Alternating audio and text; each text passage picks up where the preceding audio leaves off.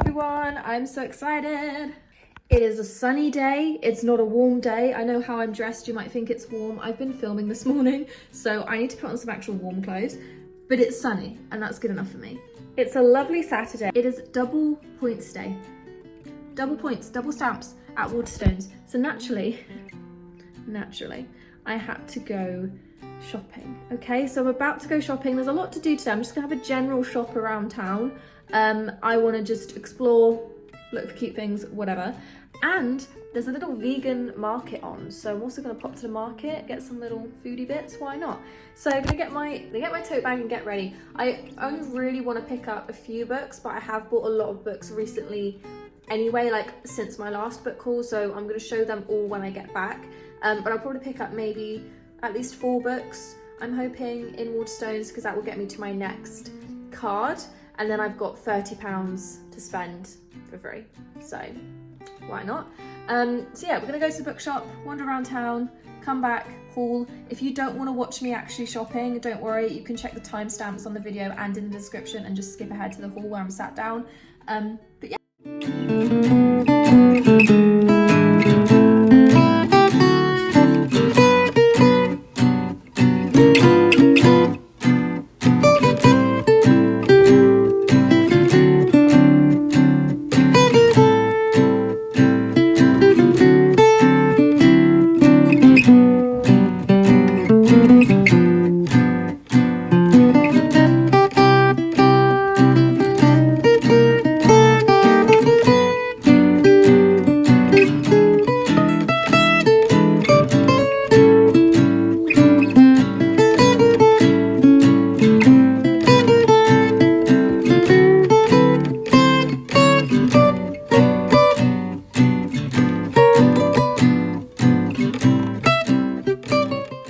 Hey guys, I'm back. I've got my matcha.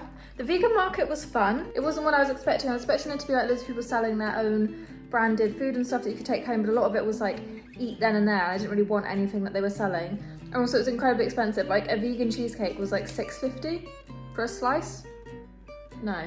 So instead I got a white chocolate matcha, gorgeous, from my favorite, one of my favorite cafes. But I thought I'd show you, before I show you the books, I thought I'd show you the other things that I picked up in Primark Home. They've just been killing it always, but particularly lately because they've got this new like bow, it's called like dainty decor selection, which is very me. Why can't it come out of the bag? So I picked up this little dish. I think it's like a soap dish, but it's really small. So I'm not sure what to put in it, but it's so cute. I don't even know where to put it because I don't need any more decor.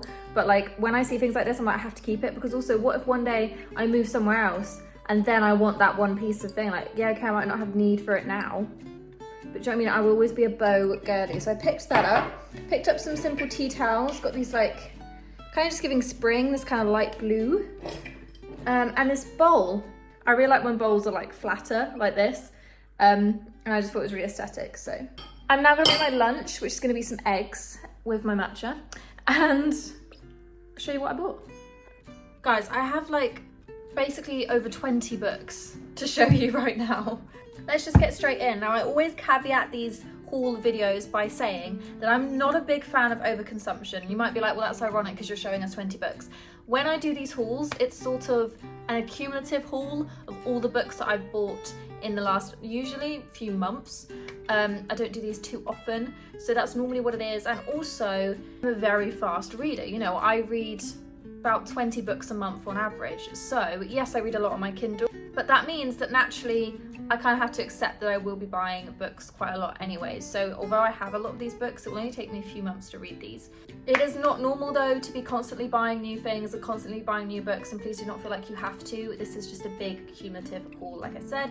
Also, it was double stamps today, so I managed to now, I think I've got £30 on my Waterstones card, so that now means that I can spend £30 for free on books as well. But we're not doing that yet because we're gonna have a little break because I've got enough right now.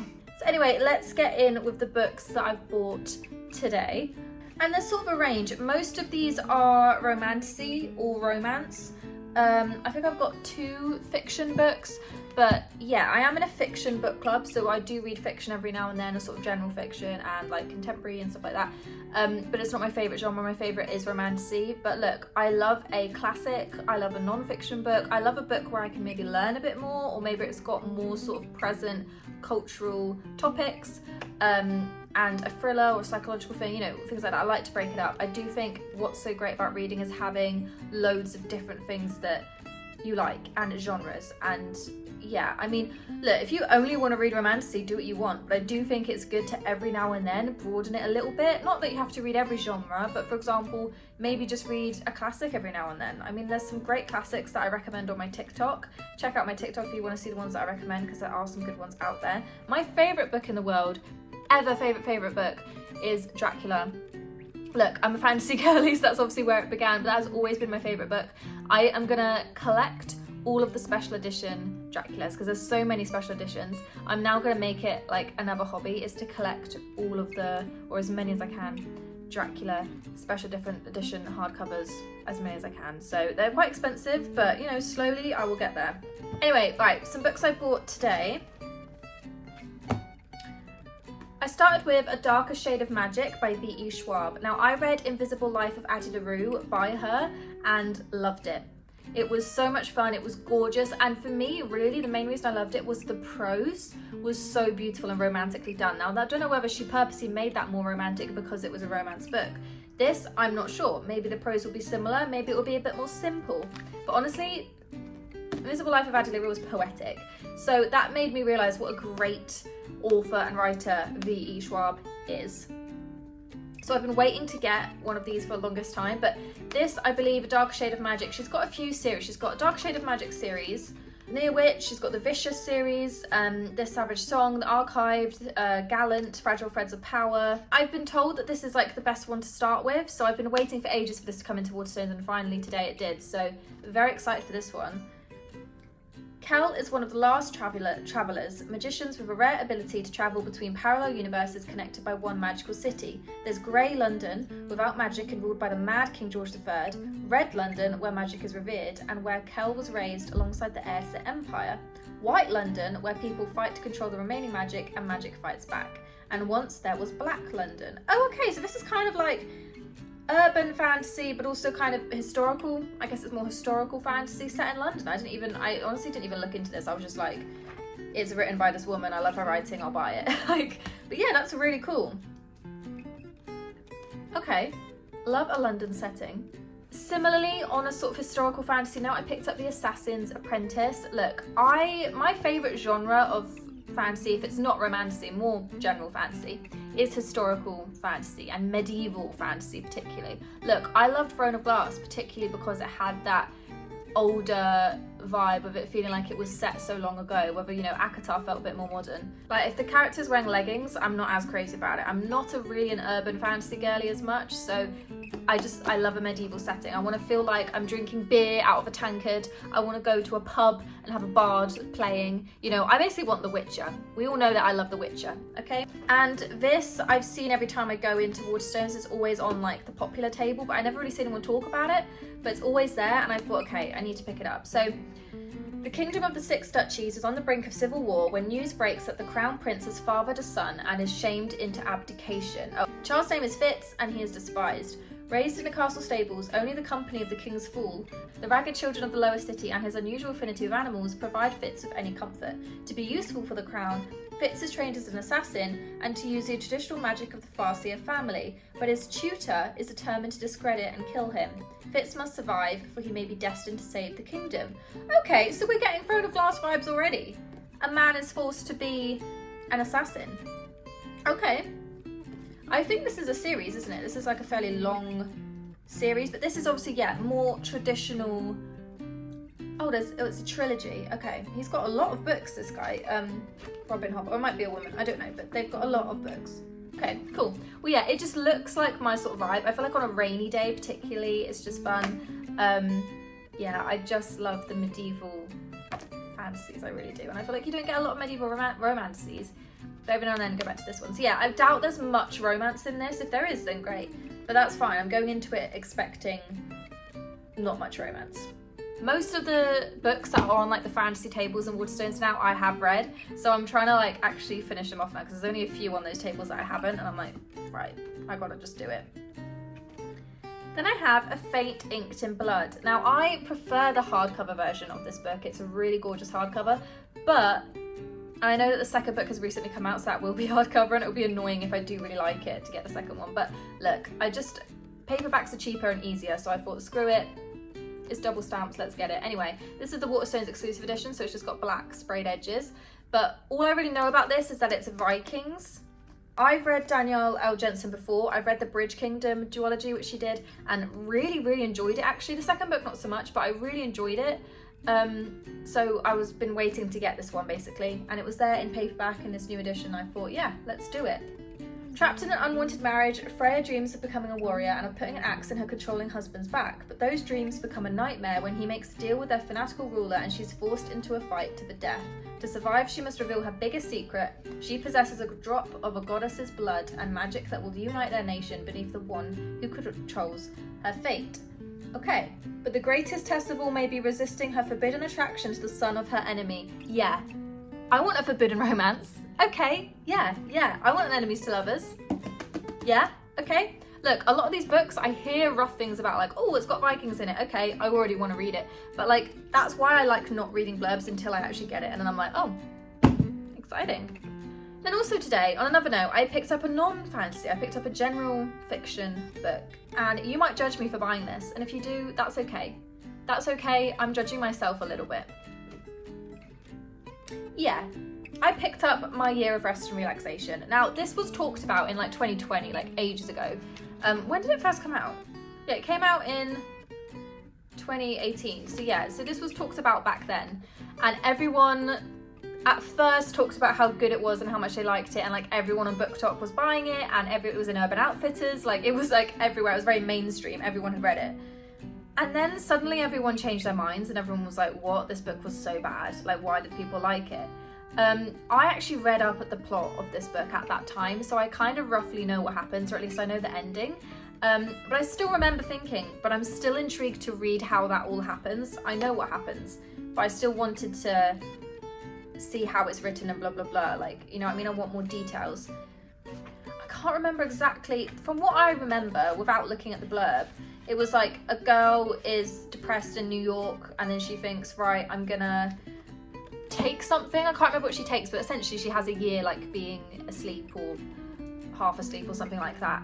And it's sort of about, yeah, what happens before and after that and during that. I've since been to New York, so this does intrigue me a bit more now. And it's set when I was born in 2001. And I'm just intrigued, and I've been intrigued for ages, and I saw it in Waterstones and I thought, you know what? All of the fantasy books that I want at the minute weren't in stock, so screw it, let's get this. I'm gonna give it a go. I'm really late to the party, really, really, really late. But yeah, there's very, very mixed reviews on this. If anything, I'd say they're mostly negative now. But I mean, the cover's pretty cool anyway. I'm gonna try it. It's pretty short. It's less than 300 pages, so it's not gonna take me long to read. And I'm excited. I feel like you know you're gonna enjoy a book, or that you can predict that a book is going to be good if you literally have already read everything that happens in it and you still want to pick it up and read it. Like, I still want to know how all of that plays out and how it's written. So the other fiction book that I've picked up recently is Strange Sally Diamond. I can't tell you how much I hate this cover. This color on this cover makes me feel sick. It makes me nauseous. Like, I actually look at it and my head hurts. Like, I feel disgusted, and you won't be able to even pick it up on camera. Is it yellow? Is it green? I don't know. It's a mix between the both, and I hate it. And what I will also say is that this cover does not do it justice. It does not depict what actually happens in the story at all. It's completely different. I've actually read this. So I bought this for my book club that I'm a part of. This was the book of the month that we read. And I did talk about this in my monthly wrap-up, my February wrap-up, so I won't talk too much about it now, but it was dark. Really, really dark. Essentially it starts with a girl that her dad passes away, and he said to her jokingly one day, put me in the bin, put my body in the bin, in an incinerator and whatever, and then she does that. He dies and she literally puts him in the bin, and then obviously the media and police and all that come to her house and are like, why did you do that?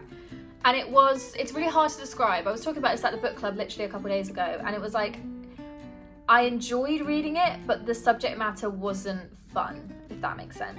Like, I wasn't happy when I finished it, but I'm glad I did read it because it was very well written, and I will be buying more by Liz Nugent. I'm not a big general fiction girl, as I've said before, I'm a fantasy girl, but I will be buying more by her because I really enjoyed her writing. She's very talented. I did kind of just think the whole time that I was reading it though, why would you write a book about this? It was dark, it was sad, it was horrific, and the ending was annoying. It was really annoying. But it was, like I said, it was an interesting read. It kept me hooked and I read it in one sitting. But yeah, I really, really hate this cover. I kind of want to sell it because I hate it so much. I don't even want it on my shelf. But the actual book I do enjoy, and I do think at some point I would reread it or at least give it to someone. But yeah, interesting. Okay, so by the time you're watching this, I think I might have already read the next Hunger Games book, Sunrise on the Reaping, but I bought the trilogy again in preparation. So I actually bought these off of World of Books. As you can see, they are used. They're not in amazing condition, even though they said that they were good condition, but whatever. I'm gonna just rebuy it, just to skim read it, maybe make any notes, whatever. And so I picked up these gorgeous covers off of World of Books because they were really pretty. So yeah. I don't want to talk too much about the Hunger Games trilogy because it's something that means so much to me. And I will talk about it more. I'm doing a vlog reading Sunrise on the Reaping. Again, I don't know, it's quite soon. It's like only next week that I'm reading it, so I don't know whether this is going to be out before or after that. But I'm doing a whole vlog of rereading that series and the next book. That series is everything to me because I first picked it up when I was about 13, maybe even 12. I was quite young, and that's what got me into reading. Ever since then, that's what got me into reading. That is my original #1 series. I think will forever be my #1 series. It means the most to me. Like, yeah, Throne of Glass now is probably my #1, but that is like forever #1 series because of how influential it has been on my whole life. Like, yeah, crazy. It's just, it really changed me, that series, and it's so done, and it's so well done. And I also think that now it's needed more than ever, and we'll leave it at that. I think it's a good time for the next book to come out. I am so scared, excited, nervous for Haymitch's story. It's going to absolutely break me. Did I like Ballad of Songbirds and Snakes that much? No, wasn't crazy about it. I mean, it was fine. It wasn't bad. It was still really good, but it just didn't hit me as much as the other books. So I'm a bit nervous, but overall, Hunger Games, yeah, I can only pray that she doesn't stop writing these spin-offs and these prequels, and that the next one is Finnick's book. But I'm actually gonna, I don't think I can physically read it. I don't think I can do it, guys. But anyway, yeah, I got these on World of Books used for like £4 each book or something. It was quite cheap, and I thought, since I've already read it and I just would literally want to kind of like skim through it, just remind myself of the story, because I don't want to miss anything when I then reread the Haymitch's book. Yeah, that series means so much to me. And speaking of great series, I also picked up Redeeming 6 and Saving 6. I bought these in the works for £5 each, so they were super cheap. I read Binding 13 and Keeping 13 a few months ago, I think, end of last year, and I've obviously needed a break because those were two 800-page books of pure trauma and tears, and Keeping 13 made me cry, and books don't make me cry, like, ever at all. In fact, I think the only other book that made me cry was one of the Hunger Games books, and let's just leave it at that because I don't want to spoil it. I mean, it's been out for ages, but still, don't want to spoil it. So that tells you how intense these books are. And I loved Joey, who is the female main character's brother in the first two books, and these books are about her brother Joey. He is an incredible character, and he was already incredible in the first two books, and everyone says how amazing these two books are. These are about him and his girlfriend growing up. And yeah, I'm scared, but I love Joey so much. I can't wait to see him again. It's going to be traumatic again because these characters and his family has so much trauma, but I'm so excited. These are a bit less, so that's 600 pages. This one is 900 pages. So yeah, so they're hefty books for contemporary romances, yeah. but I can promise you they are good. I mean, yes, they are slightly fan fiction-y in the way that they're written, but I think that kind of works. Like, it's a coming of age story, so it kind of fits that. And look, like I said, £5 each in the works. I will be reading at some point, but I need to mentally be in a good place because I felt so depressed after finishing Keeping 13. So I need to make sure I'm actually ready for it. I picked up The Prison Healer. Yeah, this is kind of giving Throne of Glass, Hunger Games vibes. So we have a girl who was a healer in the death prison, and then she has to go and do these trials or challenges to save the queen. She like volunteers to take her place, and if she wins, both her and the queen will be free, and if she doesn't win, then she dies. And no one ever has survived these. I mean, kind of annoying because it's like, realistically this would be a very short book because probably she would not survive, like, do you know what I mean? But look, I like it. And there's an incurable plague sweeping the land, a mysterious new inmate, I turned Australian then, inmate fighting for her heart, and a prison rebellion brewing. She can't escape the terrible feeling that her trials have only just begun. All I really know about this is I know that there's some sort of plot twist, which I love and hate going into a book, because I love it because it makes it more fun, because if it is a fairly simple book or it's a slow burner, I'm just thinking, when's the plot twist going to come, trying to work out what's happening. It's kind of like a fun added element, but also it then means that the plot twist isn't as shocking because I knew there was going to be one. So I don't know, we will see. I mean, I knew that there would be a plot twist in Metal Slinger, but it still really shocked me, so we'll see. But overall, I've only really heard positive things about this one, and this is a trilogy, so if I like it, I'll be buying the next 2 books ASAP. I don't really buy trilogies or series in one go anymore, because I've been burned by that too many times of buying a series and then being like, oh, actually, I don't even care about the next books. So we will see how that goes, but I have high hopes.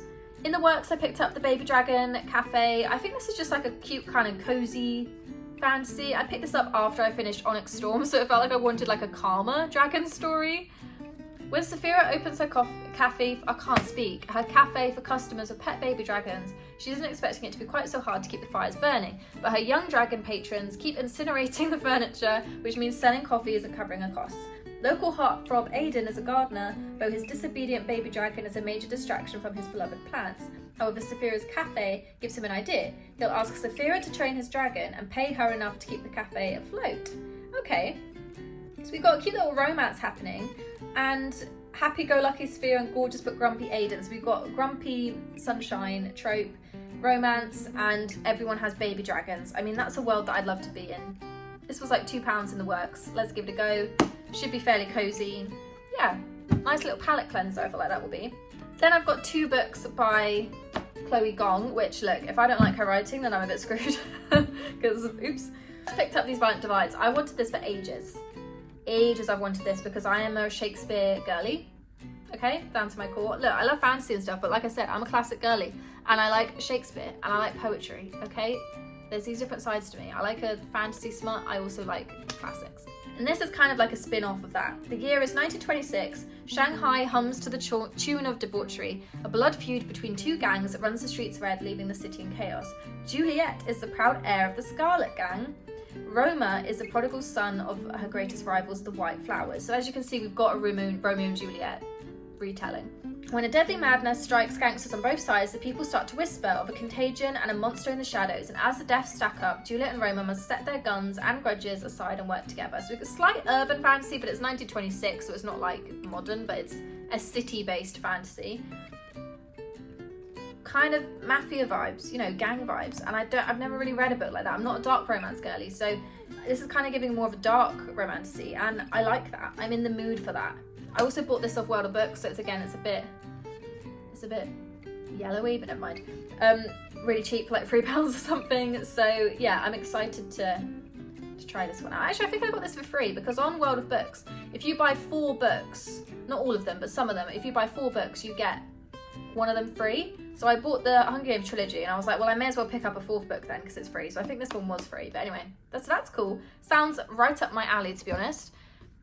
And then Immortal Longings. This is more of a romantasy. I think it's more of a YA one as well. This is a very trials-based fantasy. And look, I love a trials-based fantasy. I feel like a lot of fantasies are based on that now, which can get slightly repetitive. but in theory, I think it does work. It just does work. It is good. This is set on about a princess who wanted to tear down the tyrannical monarchy. So she killed her parents, and now she wants to kill her uncle, the remaining reclusive king. The only way to reach him, though, is to enter the deadly games and be crowned the winner. She forms an alliance with Anton, her childhood love, who is in a coma, and he's deep in debt trying to keep her alive. His last chance at saving her is winning the games. Wait, what? How is he in a coma then? If he's gonna win the game? I don't know, but cute, okay? Okay, love it. And I believe this is a duology or a series. I think the latest one has come out. So yeah, we're gonna give this a go. And then guys, I've picked up some hardbacks, I know, which, I mean, yeah, I'm basically holding my mortgage in my hands right there. I've talked about this one before, but Kiss of the Basilisk. I think I will have read this by the time this is up because I really am gagging to read this. I think I will read this as my next. But this was called Split or Swallow in America and independently published. It's called that, whether this is now, it's just recently been published traditionally. And this is the name. I'm annoyed I bought this and then realised it was on Kindle Limited afterwards, but never mind, it's fine because it's a pretty book, to be fair. It's a cool cover. I like it. It's sexy. I don't really know anything about this, and you're told not to. Everywhere online and everywhere, even on the blurb here, it says that it's recommended you don't know anything. So it says, a warning to readers, it's best to go into this book with absolutely no knowledge of its contents. If you're curious, you can read about it below, but it's unlike anything you've ever read before and you may never read anything like it again. Say goodbye to the person you were before this book, and when you're finished, hand it to a friend so they can read it too. Be warned, this book contains scenes of an intense and sexually graphic nature. Our sincere advice, buckle up. So I'm scared. I'm pretty sure that the male main character is a basilisk. And I've said this before, like, if he can change into human and basilisk, that's fine. If he's just pure basilisk, I don't know, that's not for me. But yeah, this is the thing, I know nothing. There's just reviews on the back, like, I don't know. So I'm scared, but it's gonna be fun. It's just, I'm not a crazy smut girl. Like, I only really like, or can put up with smut when it's in context and it's got like a couple that I really love and there's like romance within it. So we will see. I might hate this. I feel like it's going to be one or the other. I don't know what the plot is. We'll find out. I did also see someone that's kind of like Hunger Gamesy, which, you know, as we've been through, is my number one. So who knows? Picked up The Rose Bargain. This book is so pretty. Okay, let me open this. This is very new. Look at those inside pages. Gorgeous. And look at this book. Does that not look like something out of Beauty and the Beast? Like, that is so gorgeous. Oh, I just love it. Like it's designed as if you are in the 1800s or whenever it was reading it. This is, I've been told, very Bridgerton, kind of Bridgerton Hunger Games. Again, as you can see, there's a lot of themes here. Look, I like a Hunger Games based book. And I feel like this is perfect for summer. When I love a summery fantasy where in summer I tend to go through my Regency phase. Like last summer I read so much Bridgerton, all the Bridgerton romances, and well, not all of them literally, but you know, a lot of them.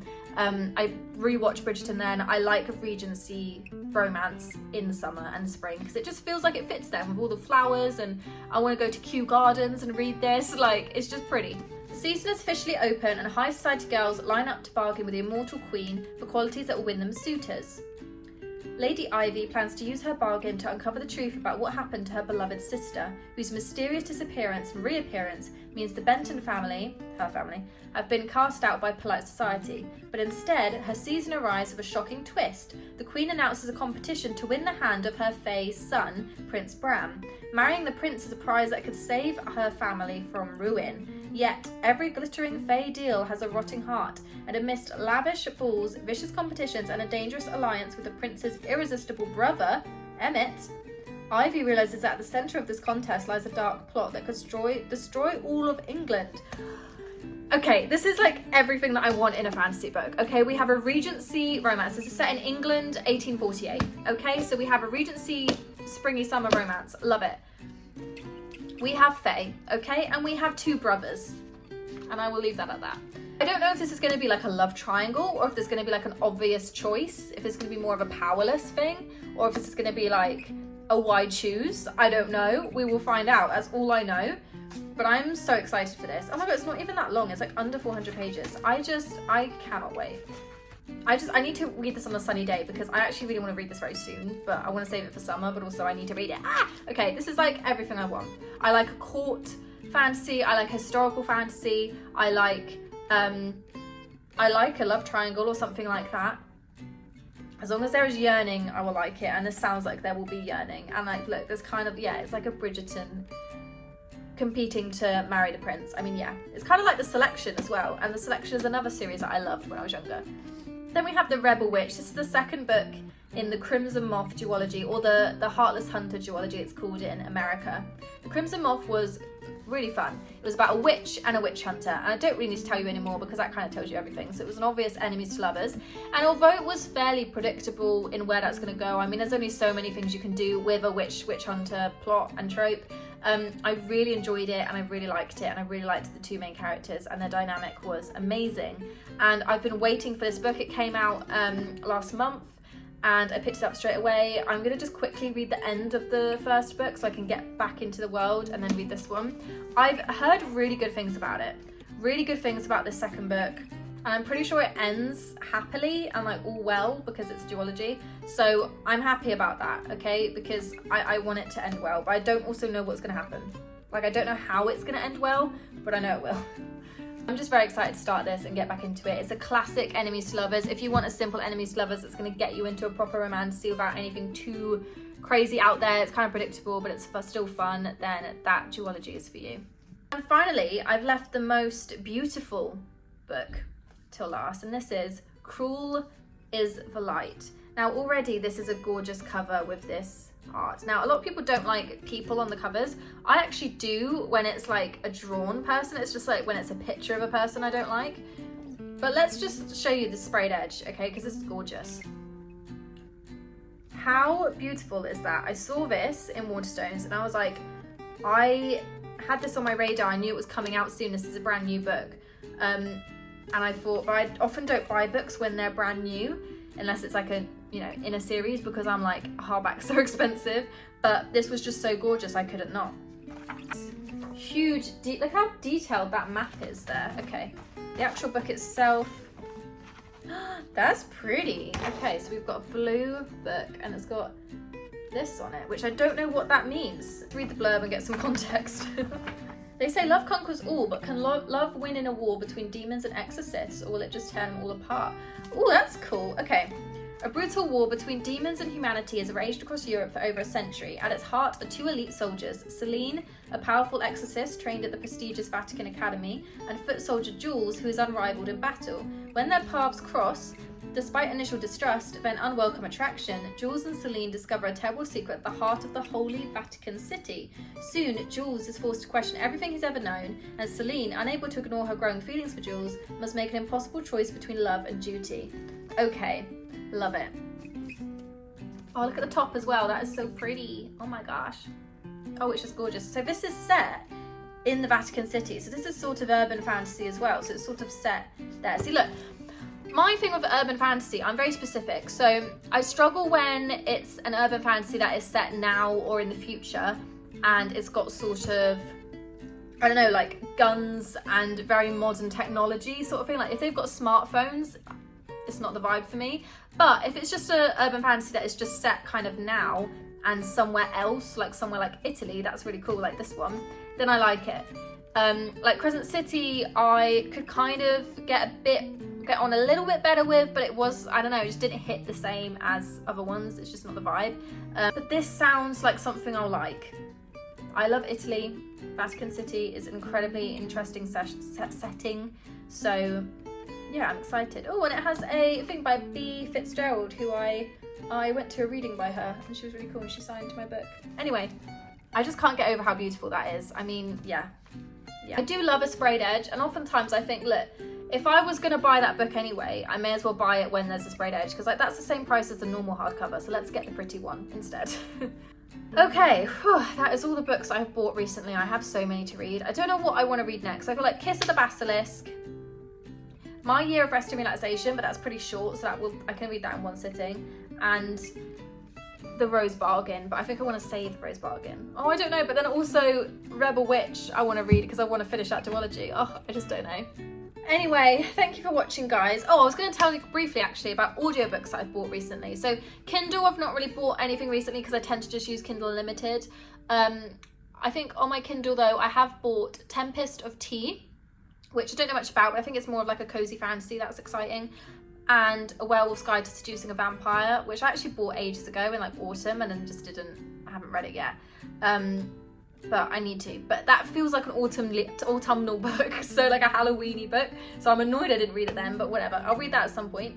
And on Audible, I just finished Assassin's Blade, and that was great. That was really nice to listen to. I say nice, it wasn't nice. It was heartbreaking, but it was good to listen to. It was entertaining. And I've now bought Throne of Glass, and I'm basically going to reread Throne of Glass through audiobooks. It's going to take me forever, but like it's comforting because I've already obviously read it, and it's just nice to fall asleep to. And a lot of the things, like a lot of the lines in it, I want to hear in real life, especially Dorian. Like I might stop buying audiobooks around Heir of Fire, because for me, like it's about Dorian the most. Like his lines is that what I want to hear. So Throne of Glass, I'm really enjoying right now, hearing him be very cocky. I've also bought Iron Flame, the second Fourth Wing book, graphic audio, and that's really fun as well. But that one's a bit more intense. Like sometimes with an audiobook, I love the graphic audios, but that's more like you're watching something and you're a bit more immersed. Whereas sometimes I just want someone reading a story to me, especially like when I'm going to sleep. So that's why I've got those Throne of Glass ones. I also have The Bridge Kingdom on Audible. I tend to only really listen to books that I've already actually read, because I can't follow along very well with an audiobook. I struggle, my brain goes off when I go in and out. So it's better for me to pick one that if I do go out, it doesn't really matter. I can come back in whenever I want. But yeah, I'm enjoying the Bridge Kingdom narration as well, because that was a really fun book. So yeah, that's where I'm at the minute. Lots and lots to read. Thank you so much for watching. All of my links are below. I'm now posting daily to TikTok. I had a little blip where I started to overthink myself too much. However, now I'm back. It's fine. We're all good. I post weekly on my Instagram, little photo dumps. And yeah, and I also post in my Fable book club, which is completely free to join. I'm not sponsored or anything, but it's a little book club that I run that's really fun. There's a good number of us now. And yeah.